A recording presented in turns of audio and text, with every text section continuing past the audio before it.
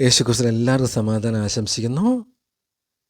കർത്താവ് നമ്മളെ കണ്ടുമുട്ടുമ്പോഴും നമ്മുടെ അടുത്ത് വരുമ്പോഴൊക്കെ ആദ്യം കർത്താവ് പറയുന്നത് നിങ്ങൾക്ക് സമാധാനം എന്നാണ്.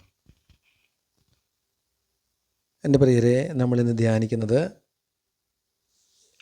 ഈ ലോകത്തെ ജയിക്കാൻ നമുക്ക് യേശുക്രിസ്തുവിനെ ഏറ്റുപറഞ്ഞ് അവനിൽ വിശ്വസിച്ച് അവൻ്റെ പരിശുദ്ധാത്മാവിനെ സ്വീകരിച്ച് വീണ്ടും ജനനം പ്രാപിച്ചാൽ നമുക്ക് നിഷ്പ്രയാസം ഈ ലോകത്തെ ജയിക്കാനായിട്ടാകും. എന്തെന്നാൽ ദൈവമായ കർത്താവിൽ നാം ജീവിക്കുന്നു എന്ന് പറയുകയും ദൈവത്തിൻ്റെ പരിശുദ്ധാത്മാവിനെ അറിയാതിരിക്കുകയും ചെയ്യുന്നത് വലിയ തെറ്റ് തന്നെയാണ്. ഒരു വ്യക്തിക്ക് പരിശുദ്ധാത്മാവ് ഉണ്ടോ എന്ന് തിരിച്ചറിയാനായി കഴിയുന്നത് അവൻ യേശുക്രിസ്തുവിനെ മഹത്വപ്പെടുത്തുന്നുണ്ടോ എന്നുള്ളത് തന്നെയാണ്. നമ്മൾ യേശുക്രിസ്തുവിൽ അവൻ്റെ ശ്വാസത്തെ നമ്മൾ ധ്യാനിക്കുമ്പോൾ ഈ പരിശുദ്ധാത്മാവിനെ ധ്യാനിച്ചാണല്ലോ നമ്മൾ ഈ പ്രാവശ്യം എല്ലാം കടന്നു പോരുന്നത്, അല്ലേ? ഓരോ പ്രാവശ്യം നമ്മൾ വീഡിയോകളിലൂടെ കടന്നു വരുമ്പോൾ പരിശുദ്ധാത്മാവിനെയാണ് ഇപ്പോൾ നമ്മൾ ധ്യാനിക്കുന്നത്. അതിലൂടെ യേശുവിലേക്ക് വരുന്നു. അങ്ങനെയാണ് നമ്മൾ പോകുന്നത്. അപ്പോൾ ഈ പരിശുദ്ധാത്മാവ് എന്ന് പറയുന്ന ഉൽപ്പത്തി മുതൽ വെളിപാട് വരെയും വളരെ ശക്തമായ പ്രവൃത്തി നടത്തിക്കൊണ്ട് വരുന്ന ദൈവമാണ്. ആ ദൈവം എങ്ങനെയായിരുന്നു ഈ ചരിത്രത്തിന് തുടക്കം മുതൽ ഇങ്ങ് ഒടുക്കം വരെ ഉണ്ട്. അത് നമുക്ക് ഒന്ന് നോക്കാം. അത് ലോക സൃഷ്ടി ഉണ്ടാകുന്നതിന് മുമ്പ് തന്നെ പരിശുദ്ധാത്മാവുണ്ട്. അത് നമ്മുടെ മനുഷ്യൻ്റെ ചരിത്രം തുടങ്ങുമ്പോൾ തന്നെ ആ ഉൽപ്പത്തി 1:2 തന്നെ ദൈവത്തിൻ്റെ മഹത്വം വെള്ളത്തിന് മേലെ ചലിച്ചുകൊണ്ടിരുന്ന ആ ഒരു ഭാഗം ഞാൻ പെട്ടെന്ന് കൊട്ടേഷൻ പറഞ്ഞു പോകാം. അവയല്ല പിന്നെ വീഡിയോ ഒരുപാട് നീളും. അതുകൊണ്ടാണ് പ്രവാചകന്മാരിലൂടെ അത് പത്രോസിൻ്റെ 2:1-21 ധാരാളം കഴിവുകൾ നൽകുന്ന പരിശുദ്ധാത്മാവ് ഒരുപാട് കഴിവുകൾ മനുഷ്യനെ നൽകി പ്രചോദിപ്പിച്ച് ദൈവോത്മുഖമായി നമ്മൾ നിർത്തുന്നതാണ്. പുറപ്പാടിൻ്റെ 31:2-5. അതുപോലെ തന്നെ അത് തന്നെ വീണ്ടും ന്യായാധിപന്മാരുടെ 3:10 കൃത്യമായിട്ടുണ്ട്. അതുപോലെ ഈ യേശുക്രിസ്തുവിൻ്റെ ജനനം അത് ലൂക്കായുടെ 1:35 അതുപോലെ തന്നെ യേശുപ്പയുടെ സ്നാനം അത് മത്തായി ശ്ലീഹയുടെ 3:16 അതുപോലെ യേശുക്രിസ്തുവിൻ്റെ ശുശ്രൂഷ അത് ലൂക്ക 4:14. അതായത് നമ്മളത് വ്യക്തമായി ധ്യാനിച്ചതാണല്ലോ. അത് മുൻ ചാനലിൽ അത് വ്യക്തമായി കൊടുത്തിട്ടുണ്ട്. അതുപോലെ ആ ശുശ്രൂഷയുടെ ശക്തി, അല്ലേ? കർത്താവിന് അസാധ്യമായി ഒന്നും ഉണ്ടായിരുന്നില്ല, അല്ലേ? അവിടുന്ന് വെള്ളത്തിന് മീതെ നടക്കുന്നു, മരിച്ചുപോയവരെ ഉയർപ്പിക്കുന്നു, അന്ധരെയും കുരുടരെയും ഊമരെയും മുടന്തരെയും ചെകിടരെയും ഒക്കെ സുഖപ്പെടുത്തുന്നു, അല്ലേ? ഇങ്ങനെയൊന്നും ഇസ്രായേലിൽ ഇതിന് മുമ്പ് കണ്ടിട്ടില്ല, അല്ലേ? എന്നാൽ ഇന്ന് ആ പ്രവൃത്തിയുണ്ടോ? ഇന്ന് പരിശുദ്ധാത്മാവിലുള്ളവരിലെല്ലാം ആ ഒരു പ്രവൃത്തിയുണ്ട്. യേശു യേശു യേശു എന്ന് നമ്മൾ പലരും ഇങ്ങനെ പറഞ്ഞുകൊണ്ട് നടക്കും. എന്നാൽ യേശുവിൻ്റെ പരിശുദ്ധാത്മാവിലാണ് ഈ പ്രവൃത്തി മുഴുവനും നടക്കുന്നത്. യേശു അത്രയേറെ സ്നേഹത്തിൻ്റെ ആത്മാവാണ്. പരിശുദ്ധാത്മാവാണ് ശക്തിയോടെ പ്രവർത്തിക്കുന്നത്. നമുക്ക് എല്ലാ കാര്യങ്ങളും വേണ്ട വിധം ചെയ്തു തരുന്നത് പരിശുദ്ധാത്മാവ്. അതുപോലെ തന്നെ യേശുപ്പയുടെ സ്വർഗാരോഹണം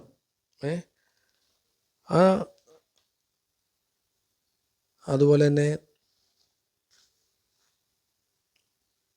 അതായത് രക്ഷയിലേക്കുള്ള വീണ്ടും ജനനം പിന്നെ വരുന്നുണ്ട്, അല്ലേ? ഒരു മനുഷ്യൻ വീണ്ടും ജനിക്കണം. യേശുപ്പ പറയുന്നുണ്ട്, നീ വീണ്ടും അഗ്നിയാലും ജലത്താലും നീ വീണ്ടും ജനിക്കണം. അതിനെക്കുറിച്ച് പറയുന്നുണ്ട്, അല്ലേ? അത് യോഹന്നാൻ 3:5 തീത്തോസിൻ്റെ 3:5, അല്ലേ? പിന്നെ പാപബോധം നൽകും. ഇന്ന് ജനത്തിന് വളരെയധികം ഇല്ലാത്ത ഒരു സംഭവമാണ്, അല്ലേ? ആർക്കും നമുക്ക് തന്നെ തിരിച്ചറിയാൻ പറ്റാത്തൊരു സംഭവമാണ് പാപബോധമില്ലാത്തൊരവസ്ഥ. ഇത് ഏതാണ് ശരി, ഏതാണ് തെറ്റ്? അതുകൊണ്ട് എല്ലാ ആചാരങ്ങളുടെയും ഇതിൻ്റെ എല്ലാം പുറകെ അങ്ങ് ഓടുക. അത് ഓടുന്നതിനൊരു അതിരില്ല. പക്ഷേ നമ്മിൽ തന്നെയുള്ള പരിശുദ്ധാത്മാവിനെ മെഡിറ്റേഷൻ ചെയ്താണ് നമ്മൾ ആദ്യം മുതലേ പോരുന്നത്. അത് മെഡിറ്റേഷൻ ചെയ്താൽ നമ്മളങ്ങനെ മെഡിറ്റേഷൻ ചെയ്ത് വരിക.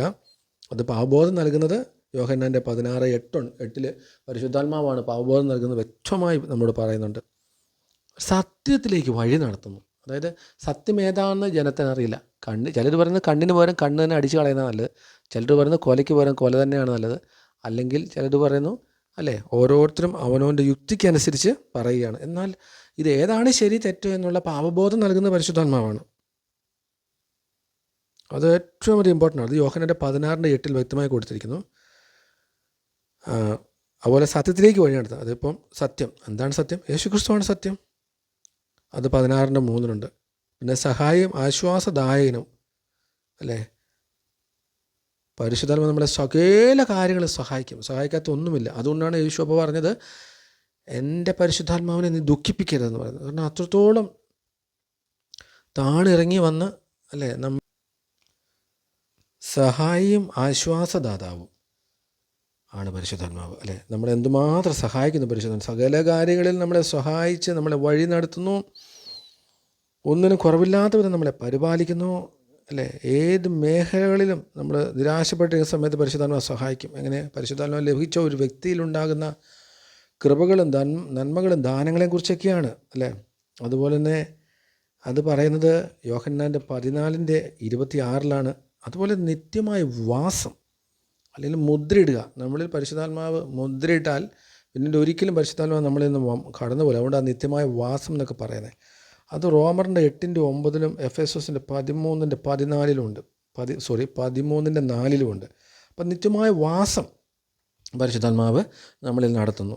അതായത് അത് അത്ര ഇമ്പോർട്ടൻ്റ് ആണ്. അന്നേരമാണ് നമ്മൾ പഠിക്കേണ്ടത് നമ്മുടെ ബോഡിയുടെയൊക്കെ പ്രാധാന്യം, അല്ലേ? നമ്മുടെ ശരീരത്തിൻ്റെ പ്രാധാന്യത്തെക്കുറിച്ചൊക്കെ നമ്മൾ പഠിക്കേണ്ടത് ആ ഒരു ഭാഗം വരുമ്പോഴാണ്. അപ്പോഴാണ് നമ്മൾ ചിന്തിക്കേണ്ടത്, നമ്മൾ മദ്യാസക്തിയും വികൃത കൊണ്ടെല്ലാം നമ്മൾ ശരീരത്തെ നശിപ്പിക്കുന്ന പ്രവണതകളിലേക്കൊക്കെ വന്നു കഴിയുമ്പം നമ്മൾ ചെയ്യുന്ന തെറ്റെത്ര ഭീകരമാണെന്ന്. അത് അങ്ങനെ പോയി നമ്മൾ കുറേ സമയമെടുക്കും. അതുകൊണ്ട് നമുക്ക് ജസ്റ്റ് നമുക്കൊന്ന് ധ്യാനിക്കാം. അതുപോലെ തന്നെ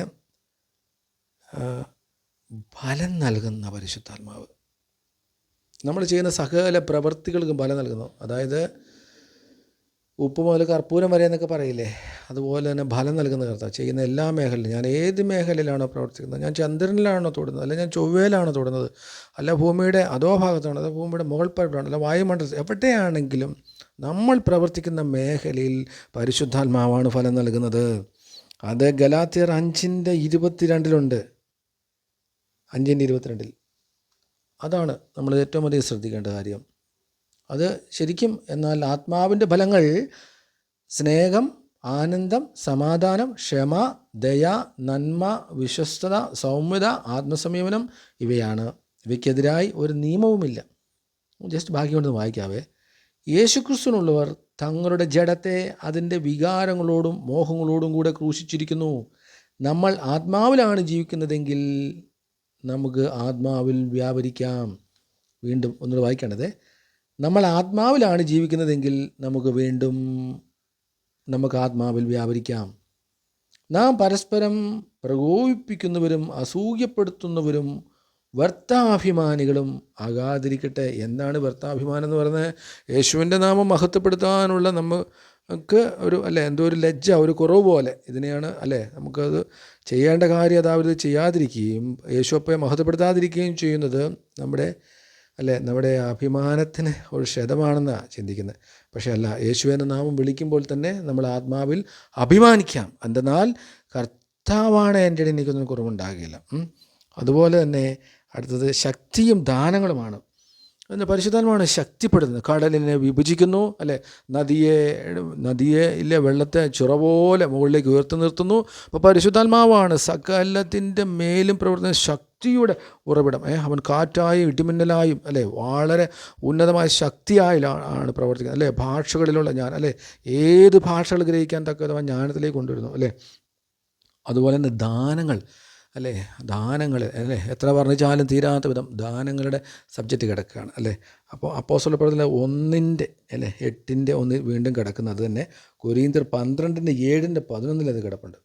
അതുപോലെ പരിശുദ്ധ ഏറ്റവും ഇമ്പോർട്ടൻ്റ് ആയിട്ടൊരു സംഭവം നമ്മുടെ വ്യക്തിരാജ്യത്ത് നമ്മൾ അത് ചെയ്തുകൊണ്ടിരിക്കുന്ന കാര്യം, അല്ലേ? പ്രാർത്ഥന എന്ന് പറയുന്നത്. അപ്പോൾ റോമറിൻ്റെ 8:26 അതായത് എങ്ങനെയാണ് പ്രാർത്ഥിക്കേണ്ടത്, അതായത് നമുക്ക് എങ്ങനെ പ്രാർത്ഥിക്കേണ്ടതെന്ന് നമുക്കറിയില്ല. പക്ഷേ ആത്മാവ് തന്നെ അവാച്യമായ നെടുവീർപ്പുള്ള നമുക്ക് വേണ്ടി മാധ്യസ്ഥം അപേക്ഷിക്കുന്നു. അപ്പോൾ എൻ്റെ പ്രിയപ്പെട്ടൊരു ദൈവസന്നിധിയിൽ എങ്ങനെ നിൽക്കണമെന്ന് പോലും നമ്മൾ എൻ്റെ മുമ്പിലൊരു ചാനൽ നമ്മളത് ഇട്ടിരുന്നു, അല്ലേ? ഭയഭക്തിയാദരങ്ങളോട് വേണം കർത്താവിൻ്റെ സന്നിധിയിൽ നമ്മൾ നിൽക്കാൻ. എന്നാലോ സാത്താൻ്റെ മുമ്പിൽ ശക്തിയോടെ വേണം നിൽക്കാനായിട്ട്. അപ്പോൾ അത് വേർതിരിച്ച് തന്നെ നമ്മളത് ചാനലിൽ കൊടുത്തിട്ടുണ്ട്. അപ്പോൾ അത് ഈ ഭാഗം റോമറിൻ്റെ 8:26 വ്യക്തമായി കൊടുത്തിട്ടുണ്ട്. അപ്പോൾ ഇത് വചനങ്ങളെല്ലാം നമുക്ക് വായിച്ച് കഴിയുമ്പോൾ കുറേയേറെ കാര്യങ്ങൾ നമുക്ക് മനസ്സിലാക്കാൻ പറ്റും. അപ്പോൾ ഞാനിങ്ങനെ ഒരുപാട് നീട്ടി പറയുന്നില്ല. പറഞ്ഞു കഴിഞ്ഞ് കഴിഞ്ഞാൽ ഇതാവശ്യമുള്ള മർമ്മം കണക്കെ കാര്യങ്ങൾ മാത്രമേ പറഞ്ഞിട്ടുള്ളൂ. അപ്പോൾ ഇത് നീട്ടിപ്പറയേണ്ട മണിക്കൂറുകൾ നീളും. അപ്പോൾ അതിൻ്റെ ഒന്നും ആവശ്യമില്ല. ജസ്റ്റ് നമുക്കൊന്ന് പറയുമ്പോൾ തന്നെ കാര്യങ്ങളെല്ലാം മനസ്സിലാവുമല്ലോ. അപ്പോൾ യേശു ക്രിസ്തുവിൽ എല്ലാവർക്കും സമാധാനം, സന്തോഷം ആശംസിക്കുന്നു. അനുഗ്രഹിക്കപ്പെട്ട കൃപകളും നന്മകളും തേജസ്സും മോജസ്സും എല്ലാം നമുക്ക് നമ്മുടെ ഭവനത്തിലും കുടുംബജീവിതത്തിലെ മക്കളിലേക്ക്, സന്താന പരമ്പരകളിലേക്കും ഭൂമിയിലേക്കും യേശു ക്രിസ്തുനാഥിൽ ഇത് വ്യാപരിക്കട്ടെ. എല്ലാവരും സബ്സ്ക്രൈബ് ചെയ്യണം, ഷെയർ ചെയ്യണം. യേശു ക്രിസ്തുവിൻ്റെ നാമം മാത്രം എടുക്കട്ടെ. ആമേൻ.